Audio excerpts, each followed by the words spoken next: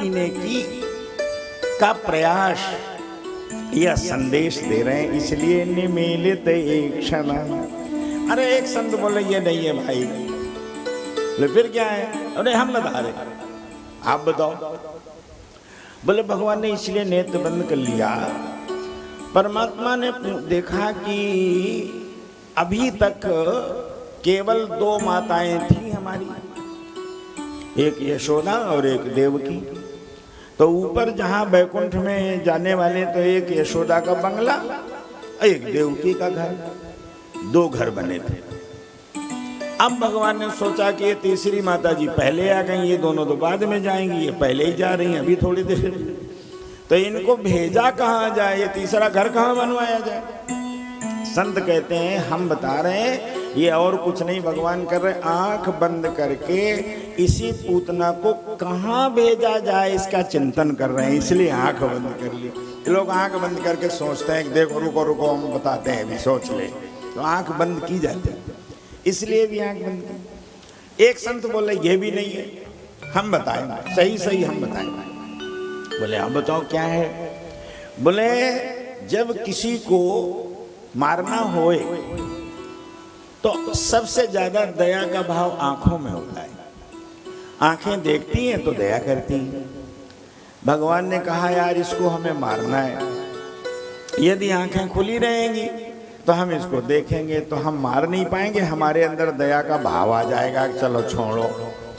तो मानो दया का भाव आने ना पावे, इसलिए भगवान ने पूतना को देखने के पहले ही अपने नेत्र बंद कर लिए, देखेंगे नहीं तो दया नहीं आएगी तो हम इसे मार पाएंगे। एक संत बोले ये भी नहीं, मैं बताऊं?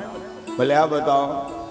बोले हमारा मत ये है कि ये पूतना अविद्या है, ये पढ़े लिखे संत है, पूतना अविद्या है। अविद्या माने, विद्या माने ज्ञान और अविद्या माने अज्ञान, इतने तो अर्थ है, उसमें परेशानी क्या है?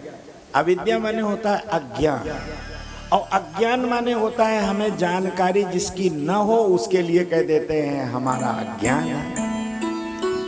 तो अज्ञान माने संसार के इस आध्यात्मिक रहस्य के विषय में जिसे ज्ञान न हो उसे अज्ञानी कहते हैं, वही अविद्या है। तो मानो ये साक्षात अविद्या है। क्यों? संसार में आने के बाद भी परमात्मा का ज्ञान जिसे न हो। भाई भगवान पैदा हो गए यशोदा के यहाँ, गोपिकाओं को पता है, पूरे ब्रज को पता है, कंस तक को पता है, लेकिन इसको पता नहीं। तो ये अविद्या है, अज्ञान है, जानकारी नहीं है। तो अविद्या का दोष क्या होता है, गुण क्या होता है?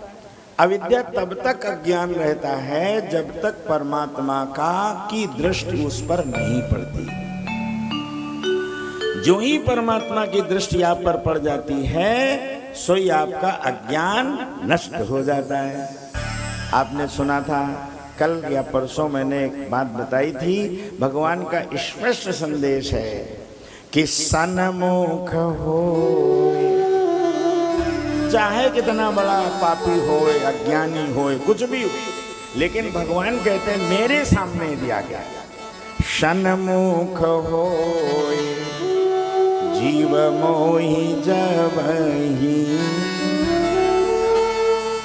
सन्मुख हो जीव मोहि जबहि। तो मैं करता क्या हूँ? जन्म कोटि अघनाशम